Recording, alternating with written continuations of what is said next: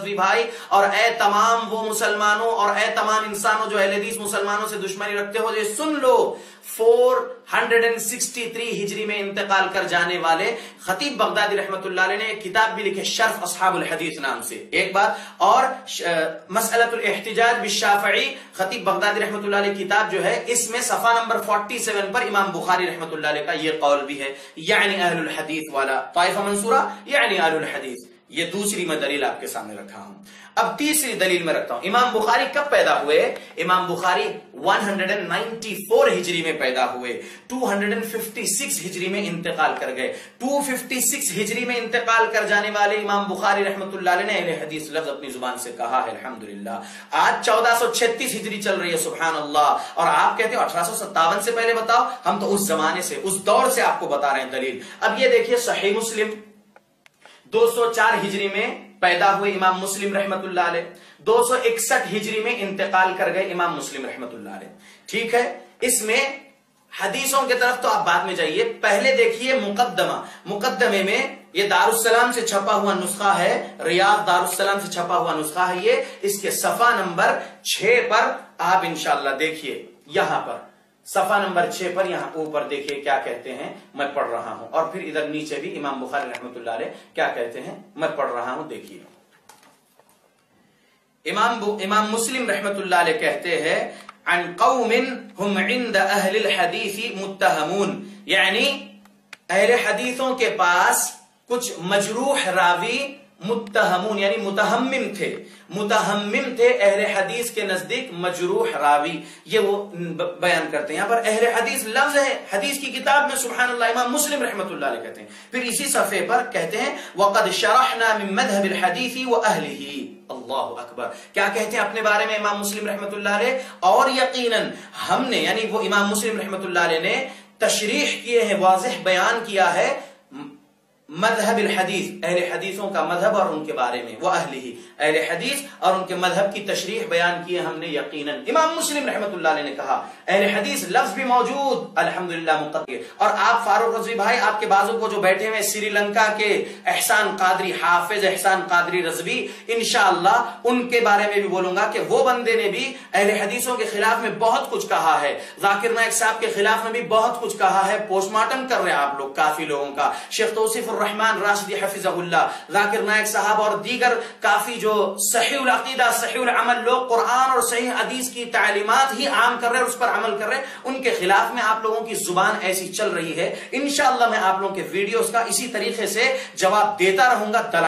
بسم اللہ الرحمن الرحیم، نحمده ونصلی ونسلم علی رسولہ الکریم، اما بعد۔ محترم سامعین و ناظرین، کچھ دن پہلے حیدرآباد کا ایک شخص جس کا نام شیخ صلاح الدین ہے، جو اپنے آپ کو طالب علم کہہ رہا ہے، جناب محترم فاروق خان رضوی صاحب کے خلاف کچھ باتیں پیش کی ان کے رد میں، جبکہ حقیقت یہ ہے کہ ان کے رد میں کوئی بھی بات وہ پیش نہیں کر سکا۔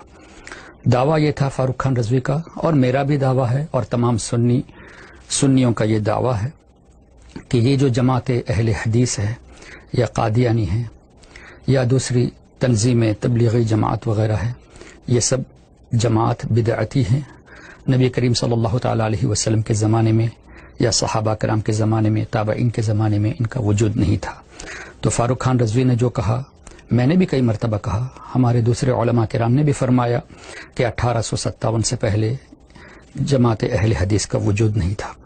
تو اس شخص نے، جو شیخ صلاح الدین صاحب ہے، انہوں نے یہ بتایا کہ سرکار صلی اللہ علیہ وسلم کی حدیث پیش کر کے بخاری شریف سے، اور اسی طرح بزرگوں کے اقوال پیش کر کے لفظ اہل حدیث کو لے کر اس نے یہ کہا کہ اہل حدیث، جماعت اہل حدیث اس زمانے سے چلا آ رہا ہے۔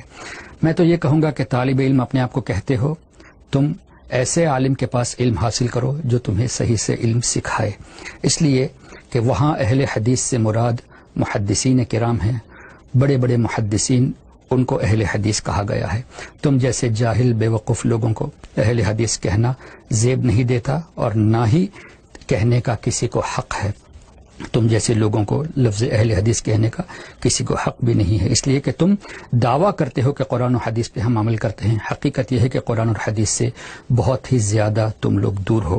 خیر، لفظ اہل حدیث محدثین کی طرف اشارہ ہے، اور حافظ الحدیث کس کو کہتے ہیں جانتے ہو؟ تم نے شاہ ولی اللہ محدث دہلوی کا حوالہ دیا۔ شاہ ولی اللہ محدث دہلوی نے اپنی کتاب میں محدثین کرام کے تعلق سے جب فرمایا تو یہاں تک بات آئی کہ ایک محدث جس کو 1,00,000 حدیثیں یاد ہو وہ بھی اجتہاد نہیں کر سکتے، 2,00,000 یاد ہو تو بھی نہیں۔ امام احمد ابن حنبل رضی اللہ تعالیٰ عنہ سے پوچھا گیا کسی کو 1,00,000 حدیث یاد ہو کیا وہ مسائل استنباط کر سکتا ہے؟ فرمایا نہیں۔ 2,00,000 فرمایا نہیں۔ 4,00,000 فرمایا نہیں۔ جب 5,00,000 حدیثوں کی بات آئی تب فرمایا ارجو، امید ہے کہ وہ مسائل استنباط کر سکتا ہے۔ اور حافظ الحدیث، حدیث کی اصطلاح میں حافظ الحدیث اس کو کہتے ہیں جس کو 1,00,000 حدیثیں یاد ہو، وہ بھی راویوں کے نام کے ساتھ، ان کی تاریخ کے ساتھ۔ تمہارے جیسے بیوقوف لوگ انٹرنیٹ کے ذریعے یا کچھ حدیثوں کو یاد کر کے اپنے آپ کو اہل حدیث کہنا، اس اہل حدیث جماعت کا کوئی تذکرہ نہیں ہے۔ ہاں، اہل حدیث کا لفظ ضرور حدیث میں موجود ہے، مفسرین محدثین نے اس کا ذکر فرمایا ہے، وہ محدثین کے لیے ہے۔ ہمارا جو چیلنج ہے وہ جماعت اہل حدیث کا ہے جو تم نے ایجاد کی، تمہارے آبا و اجداد یعنی تمہارے پیروں نے، تمہارے اساتذہ نے جس کو ایجاد کیا، اس کے بارے میں ہمارا چیلنج ہے کہ یہ جماعت اہل حدیث، اس کا کوئی تذکرہ نہیں۔ اچھا، آگے تم نے یہ بھی کہا کہ وہ جو بازو میں بیٹھا ہے حافظ احسان، وہ شریعت پہ عمل کرنے والے دیندار لوگوں کے خلاف بول رہا ہے، جیسے ذاکر نائک، شیخ توصیف الرحمان وغیرہ۔ تم کہتے ہو کہ یہ لوگ نیک لوگ ہیں، تم کہتے ہو کہ شریعت پہ عمل کرنے والے ہیں، تم کہتے ہو کہ یہ لوگ سنتوں پہ عمل کرنے والے ہیں، یہ لوگ صحیح اہل حدیث ہے؟ اگر سچے ہوتے یہ تو قرآن کی طرف جھوٹ منسوب کیوں کرتے؟ قرآن کریم میں 25 سے زائد یہ آیتیں ہیں کہ وسیلہ لینا حرام ہے۔ تمہارے ڈاکٹر ذاکر نائک نے کہا تھا، ہم نے جب سوال کیا تو ابھی تک جواب کیوں نہیں دیا؟ وہ آیتیں جو وہ پیش کرتا ہے وہ کفار اور مشرکین کے تعلق سے ہے۔ مسلمانوں کے لیے، مسلمانوں کو وسیلہ نہ لینے پر ایک آیت بھی نہیں ہے جو حرام ثابت کر دے۔ حرام قرار دینے کے لیے ایک آیت بھی نہیں، ایک آیت تو دور کی بات ہے، ایک حدیث بھی پیش نہیں کر سکتے۔ تم صحیح حدیث پہ جانتے ہو، صحیح حدیث کے بارے میں تم بولتے ہو، تم صحیح حدیث تو کیا ضعیف حدیث بھی پیش نہیں کر سکتے؟ یہ بھی ہمارا چیلنج ہے، وسیلے کے خلاف تم ضعیف حدیث بھی پیش نہیں کر سکتے۔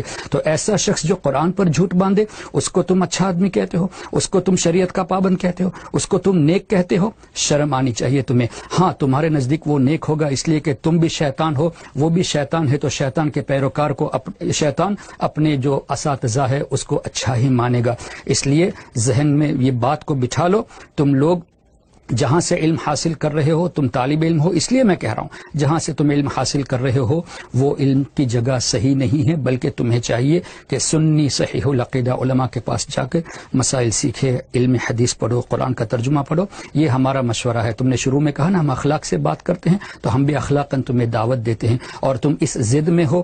اب ہمارا ایک طرف تو یہ کہتے ہو کہ اعلیٰ حضرت کے نئے عقیدے پہ ماننے والے، اور دوسرے طرف کہتے ہو کہ مسلمانوں کی جماعت۔ کہاں کی تم بات کر رہے ہو؟ ایک طرف نیا عقیدہ، نیا فرقہ بھی کہتے ہو، دوسری طرف مسلمان جماعت بھی کہتے ہو۔ تمہارا کوئی ٹھکانہ نہیں، اس لیے کہ تم بغیر سوچے سمجھے بات کر رہے ہو۔ اس لیے ہماری گزارش یہ ہے کہ علم دین اگر حاصل کرنا ہے تو سنی صحیح العقیدہ کے پاس علم دین حاصل کرو، اور جو تمہارا دعویٰ ہے کہ میرے خلاف بھی تم باتیں کرو گے، میرے خلاف بھی تم دلائل پیش کر کے مجھے غلط ثابت کرو گے، اس کی تمہیں کوئی ضرورت نہیں ویڈیو کلپ بنانے کی۔ ہاں، ہم اب بھی دعوت دیتے ہیں، ہمارا یوٹیوب چینل youtube.com/السنہ ٹرسٹ ہمارا ایڈریس موجود ہے، ہمارا ٹیلی فون نمبر موجود ہے، ابھی بھی بول دیتا ہوں 009477888786، ہمارا email address ehsan888786@yahoo.com۔ Official letter بھیجو، ہم خود ہی تمہارے پاس ڈسکس کرنے کے لیے آ جائیں گے۔ ویڈیو کلپ بنا کے بلا وجہ لوگوں کو بیوقوف بنانے کی کوشش مت کرو، غلط امپریشن دینے کی کوشش مت کرو۔ ہمت ہے میرا تم میں، چونکہ تمہارا کانٹیکٹ میرے پاس نہیں ہے اس لیے میں ویڈیو کے ذریعے تمہارے پاس یہ بات پہنچانا چاہتا ہوں۔ میرا نمبر دوبارہ نوٹ کر لو 009477788786، اور ای میل ایڈریس ehsan EHSAN888786@yahoo.com۔ جب بھی چاہو ای میل کرو، انشاءاللہ ہم حاضر ہو جائیں گے، لیکن ڈسکشن ریکارڈنگ ہوگی تاکہ جھوٹ تمہارا پکڑا جائے۔ وآخر دعوانا ان الحمد للہ رب العالمین۔